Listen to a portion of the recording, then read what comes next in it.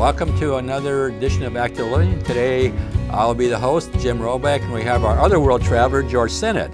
He's been my counterpart now, so we're going back and forth. So George, you just visited the southwest part of the United States, I understand, of the various areas like Zion, Bryce, and the Grand Canyon. Tell us a little bit about these places, how you got to go and who you went with. Well, you know, I think probably this is one of the best trips that we've ever had, to be honest with you. It's nice to travel in the United States. People speak English language, you know, and you can understand what's been going on. But we did. We had a great trip. We had a total of 12 people. Oh, nice small group. Went on this trip, and we did Phoenix, we did Grand Canyon, Monument Valley. We stayed 2 nights at Lake Powell. Okay. And then we went to Bryce Canyon as well as Zion. And of course, we had to end up in Las Vegas. Oh, yeah, absolutely. So oh, yeah. That was kind of bad, but the rest of it was great. The showgirls, I mean, what more can you ask for, right? They're out there in this old town there. It was just fantastic. They're out there in the strip there. Well, we actually traveled with Caravan Tours out of Chicago. Caravan Tours we like a lot. We've taken a lot of their trips. I've done the Canadian Rockies. We've done Costa Rica, Panama, and Guatemala. And this is the last one that we're taking is the one here in the United States. And they do a terrific job. The prices are right. We stay at great hotels, and sounds like a commercial for Caravan right now. No, it's good. I think they do a good job. I use Gay One, and they follow the same format as Caravan. I know I want to use them, but I've been on so many trips with Gay One. You know, we've been like 29 of them, so we're happy with them, and so yeah, very good company. So anyway, we ended up landing in Phoenix and then spending the night in Phoenix. Not much happening there. We had a meeting. You know, obviously you have a group meeting, and you get to meet everybody who's going on the trip, and they talk about the trip and what you're going to do. But for the next day, we took off in a bus, a very nice bus, and we headed up towards. We actually made an intermediate stop heading up to the Grand Canyon. We stopped at Sedona. Sedona, yes. I don't know if you've ever been there. Yeah. Is that the Red Rock or something like that? Or yeah, it's kind of like that. Yeah. Yes. It's really quite nice. We had a nice stop there. We had a nice meal there, and it was great because we had a chance to stop and relax for a little bit. But we also had a chance to hit the store for beer and booze. Wonderful. So that was extremely important. It's hot there. We do like to party a little bit on these trips. Sure. So anyway, Sedona is kind of like an artist county, like a really nice upscale place, and we loved it. But we didn't stay there very long. We just stayed there for lunch and maybe hang around town a little bit around town. But I did get a chance to get some ice cream. Oh, wonderful! Good. Did you take the Jeep ride up there? They take you up there, on the Jeep there, and we went. We did that later. Oh, did you? Yeah. Okay. Yeah, we didn't do it in Sedona, but we did it someplace another okay. place. Anyway, we continued to drive on towards the Grand Canyon, and the Grand Canyon is at 7,000 feet, so we're up pretty high at the Grand Canyon. It's actually 2,000 feet higher than what would be in Denver. So anyway, we had a chance to. We stayed at the Thunderbird Lodge. Oh, Thunderbird Lodge is probably less than 100 yards from the edge of the rim. So we can go out our back door, and we're right there at the edge of the rim. And the first view of what you see is when you see the Grand Canyon for the first time. Right. Is like you've never seen something like you've never seen before. It's just an amazing sight. And the thing that's kind of interesting is you just get to see a small part of the Grand Canyon. The Grand Canyon is actually over 250 miles long. That's true. So you have this gorgeous view of the canyon, and of course the first thing you do is start taking a bunch of pictures. Oh, right? Sure. And so anyway, we have a nice dinner there that night. We go to bed. But I wanted to get up early the next morning to catch the sunrise. Sure. Coming up over the canyon, and this was probably more spectacular than anything I've seen because there was a little bit of mist and fog in the canyon, yes. and the sun started to shine through that, and the pictures that we got, which I'll show on the video, were absolutely spectacular. I mean, you get this sun rays going through this mist in the canyon, and it just is fantastic. So we we spent some time walking in the morning. Were you able to walk down the path in a while, down a little bit or not? Didn't. I made a date with another guy to go down the path and go down at least a mile or so. Yeah, right. But we got separated during the day, so we never did do it. Never did. Okay. But I did manage to stay with my wife, and we took one of these. They have these shuttles, that like hop on, hop off. Yes. Bus. So we got a chance to go to several locations along the rim. Oh, I see. And see, get some great views. Yeah, get some more pictures too, which is nice. And, yes. So we had we had a great time just kind of moving around, taking a look at some pictures. But the next thing that we did was we went to a place called the Watchtower.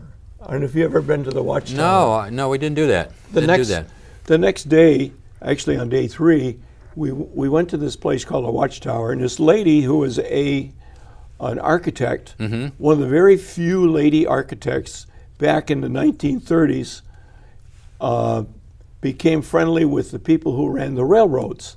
Oh. So she did a lot of the railroad buildings for the railroad, but she also took on this project of building this Watchtower, which is a tower right next to the Grand Canyon, and she was into making sure that it was done exactly like it would have been done by the Hopi Indians. Oh. So none of the stones were cut. They were all just whole and used as they were in natural as state. They were natural. So she didn't want to spoil any of the natural colors. So the Watchtower fits right into the landscape there around the Grand Canyon. So we got a chance to go into the Watchtower, and there's a lot of Indian art inside the Watchtower, which means that you've got paintings on the walls. You've got what do they call them? Hieroglyphics. Hieroglyphics. Yes. Of Indian symbols and that type of thing. Like there's 4 white marks on the wall. It means you're welcome. Everybody's welcome. Oh. Stuff like that. Yeah, right. So it was kind of interesting. Was that the one it's kind of stone? Because maybe I did see it. It was near the edge there. Yes. It's stone. You walk up there. Yeah, I think. Yeah, I did go up there. Yes, I now even recall. Yes. Right, and like I say, there's a lot of symbolism in the Indian art that's inside that building. So it was really kind of great. Oh, it is. But she was well known for creating buildings that would be close to nature, and it would not. So we had great views from the towers, that type of thing. But again, we took the shuttle bus around, and we had a chance to either walk or view a lot of the Grand Canyon from exactly different spots there. Different spots, right? Yeah, it gives you different perspective as you see different angles of it. Yeah, I mean, you look so far, the river's so far down there, it's almost like nothing, But right, that's a deep canyon for sure. So anyway, we had a great time there. Of course, at night, we played euchre. And it was typically men against the women. Is that right? And unfortunately, the men got their butt beat. So, you get the cards, you win. If you don't, you lose. Well, so anyway, we had a great time, partying down at night. Sure. We'd play some euchre and we'd drink some booze. And, play some more euchre and get happier by the minute. Certainly. So then the next day, we left there and we went to a place called Monument Valley. Yes. And Monument Valley is kind of an interesting place. I didn't even know what it was before I went out there on the trip. But it's a place where they filmed a lot of Western movies out there. John Wayne's been out there, and all these famous movie stars go out in the middle of nowhere, which is really in the middle of nowhere. Right, absolutely it is. To do their movies out there. And they have these things called buttes. Yeah, buttes, yep. Which are not little, but they're big, kind of monolithic, hills, right. with steep sides and flat tops typically. And there's a bunch of those out there, which makes for great backgrounds for filming Western movies. Oh, sure. So they've got all of these Western movies that were filmed out there, and all the movie stars travel out there and live I assume in the desert somewhere. Well, they had that motel that we stayed, or I mean, we had lunch there. But where some of the rocks, I mean, they symbolize something. I know there's a big boot there, but I don't remember some of the other ones. You recall some of them? No, they looked like something. They were just mountains to me. Oh, were they? Okay. Big hills to me. But Okay. they talked about what these were. But to me, they were just kind of like big hills. Yeah. But we did get a chance to take a Jeep ride. Okay, This is where we took the Jeep ride. Jeep ride there, right? And of course, in the Jeep ride, you got a lot of dust that comes up. So you're wearing these bandanas, to keep. You look like you're going to rob a bank, right? So we got the bandanas on and the hats on to keep the dust kind of out of our lungs. But it was a great ride. We went, I don't know, probably 5 or 6 miles around these buttes, It's fantastic. And it was great scenery. It's surprising because I don't know if they told you, but they have a lot of the people still live like some of the kids have to walk 3 miles to the road, and they would pick them up. Their homes are in the desert. Where are they? And they come out and they come in the morning to go to school. They pick them up and they go, and then they got to walk 3 miles back to their house, and say, where are they? Yeah, it's amazing. Right. Oh my God. There was another interesting thing there. They had the Indians. This was all actually on Indian reservations. They had a huge power plant out there. Yes. Huge power plant. Yeah. And they had their own coal mine. Yes. And they had a little railroad that went between the coal mine and the power plant. Yes. Well, guess what? I just read last week they closed down. The last one? They closed the power plant. Yeah. And it served like 2.5 million homes. Yeah. I mean, it was huge. Well, it's interesting. They had that train that was automatic. They would just fill up the cars and they would travel to the power plant and come back. It was all automatic. There was no engineer, no nothing. So wow. Yeah. But yeah, it was interesting. Yeah. So that was kind of neat. That it was. And there you were near Lake Powell then at that, or close to it. We were late. That was our next stop. Next stop. Okay. All right. You're a good straight man, Jim. You're a good straight man, Jim. Anyway, we had the Jeep tour. We did. We had a real good time there. We got a chance to take some pictures of our friends, on these old wagons and and I'm sitting there next to John Wayne, having a great time. Well, they had a nice museum there in that. Did you go in the museum there? They had a lot of pictures of all the movie stars and that. As our home base that we traveled. I'm not sure if we went to the museum or not. I don't think we did. It was kind of a motel museum. They had a stagecoach out in front, or like a wagon and all that. Maybe probably same spot. Yeah. I'm just recalling some of the memories here. Yep.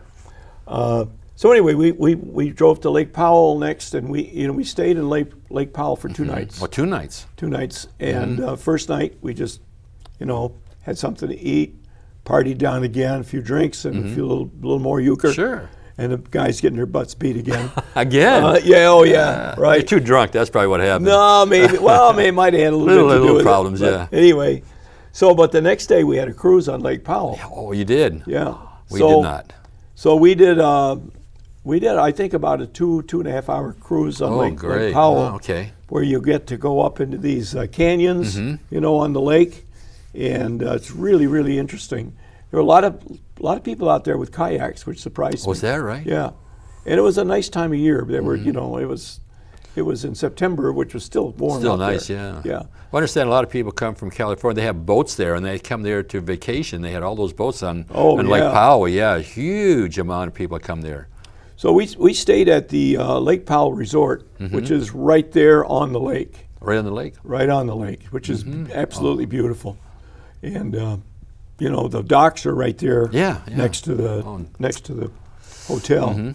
So that really worked out good. But we had great views of not only the lake, but also there's a place called the Glen Canyon Dam. Yeah, the dam itself. Which actually forms the lake. Yes. And so we got up close to that, got a good view of that. But later on in the day, after we got back, we actually took a tour of the power dam. So we got a chance to go down into down there, see into the turbines, bowels and see the turbines and see how everything worked. And that was absolutely terrific. And it's the second highest dam in the United States. Is that right? Hoover being the first one. First one? Yeah. So it was kind of very cool. Cool place to visit. Cool place to be. So anyway, we did that. Next day, again, we take off. We've spent our 2 days there. So we take off. This time we go to Bryce Canyon. Bryce Canyon. And I don't know if you've probably been to Bryce. Yep, been to Bryce, yes. But the big thing at Bryce is these huge big valleys with these things called hoodoos. Yeah, hoodoo. Yeah, that's right. Yeah, And right. the hoodoos are like, they look almost like creatures sitting on top of huge rocks. Yeah. And the Indians believed that there were, I think, some spirits associated with the hoodoos. So anyway, we had a nice stay there, maybe a couple hours where you can take pictures and. So you didn't walk down into the bottom there and come back up? No, but I did that once before. Oh, you did before? I was out there before, and we took the hike, which starts at the rim and goes down into the canyon. Come back around. You go back around and then back up again. That was kind of interesting. It was hot too. I know when we went, it was pretty warm. It was pretty decent when we were there. Pretty decent there. Mm-hmm. Yeah. Was there? Just to ask you, I should have asked you before. There's a tree that when they have a fire that it forms kind of a sap that stops it from burning. And I can't remember the tree that was at at Bryce Canyon there. And it secretes some kind of a whatever to kind of live yet. After a forest fire, it can still live. Right. I don't know. I can't remember. It could be, but we didn't hear about that. Hear about that? Okay. Well, every tour guide has some other things to talk about. Yeah. So anyway, we spent some time there. We took a lot of pictures, as you would normally do. Yeah, absolutely. And then we took off from there and drove to Zion. Zion. Mm-hmm. So Zion was absolutely phenomenal. You drive. We got this huge bus, and we're driving through this little tunnel to get to Zion. Yeah, right. And it's got the switchbacks in there too, if I remember. Yeah. Right. So then we get there, and we pull up to the we're staying at the Zion, right there at the Zion Lodge, right, which is right in the park. Oh, in the park. Right in the park. Because we were outside the park. So we pull into the park, and we pull up to the hotel, and there's a big, huge lawn in the front. There's about 25 deer on the lawn, right? Is that right? Oh, so we check into the room. We get into the room, and we got a little porch on the back of our room. So I'm sitting out on the porch having a drink, and this big buck deer comes right up within 5 feet, walks right by us. No way. No problem. Oh, my. So he was heading out to find his harem out in the front lawn, I think. So anyway. Oh, great. So anyway, we had, like I say, we had a nice welcome with a bunch of deer. Mm-hmm. But, and we had, dinner there that night. Sure. And then we played more euchre. Got your butt beat again? Yeah. Oh, yeah. Third time? Yeah. Oh, my gosh. Yeah. So anyway, the next morning, real early, they had a tour set up for us on one of the shuttles. Mm-hmm. It's a tram, kind of like a tram. Okay. It's an open tram. But it was a little cool. It was like, I don't know, maybe 50 degrees or something like that. Could be cool in there. So, yeah. So anyway, we got this tour.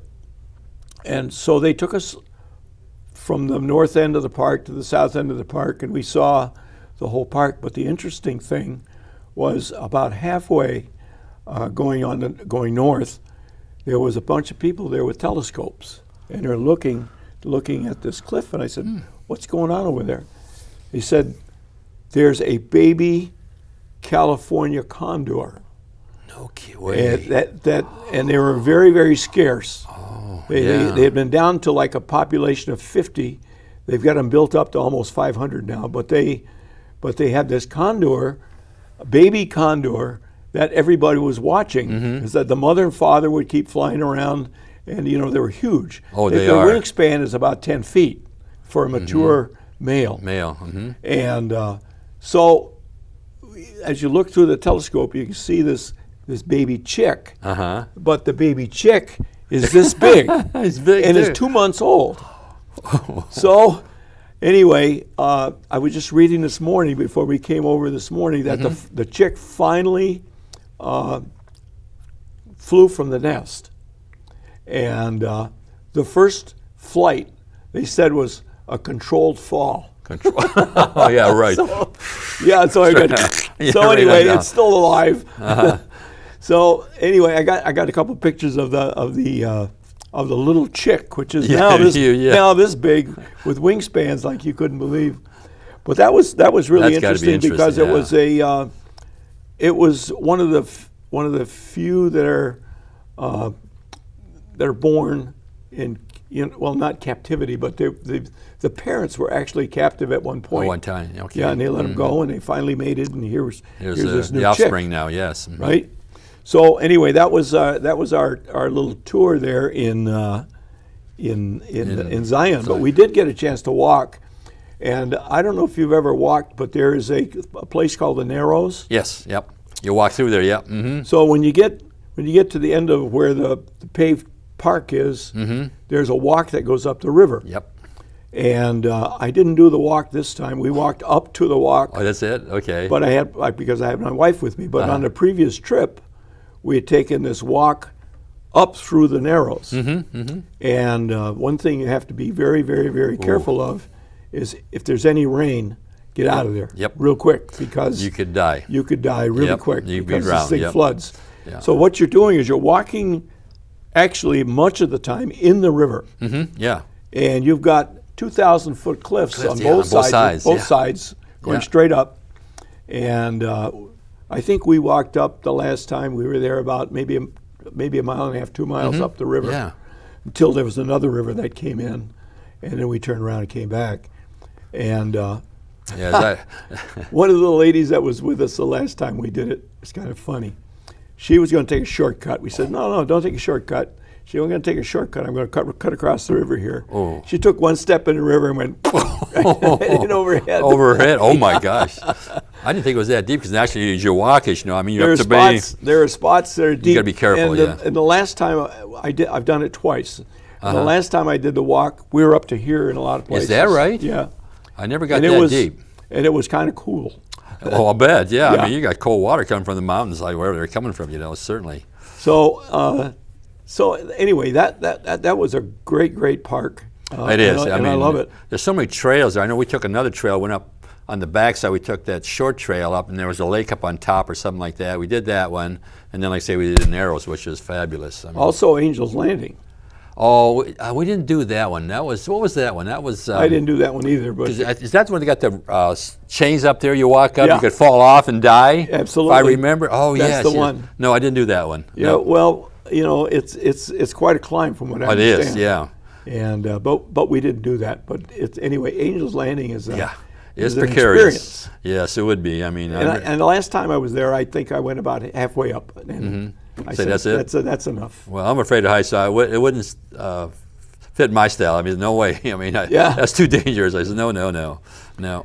So anyway, we did the Angel Landing thing, and then after that, we came back, more euchre, more drinks, and then next day we drive back to Las Vegas. And we took an extra day in Las Vegas. Oh, you did?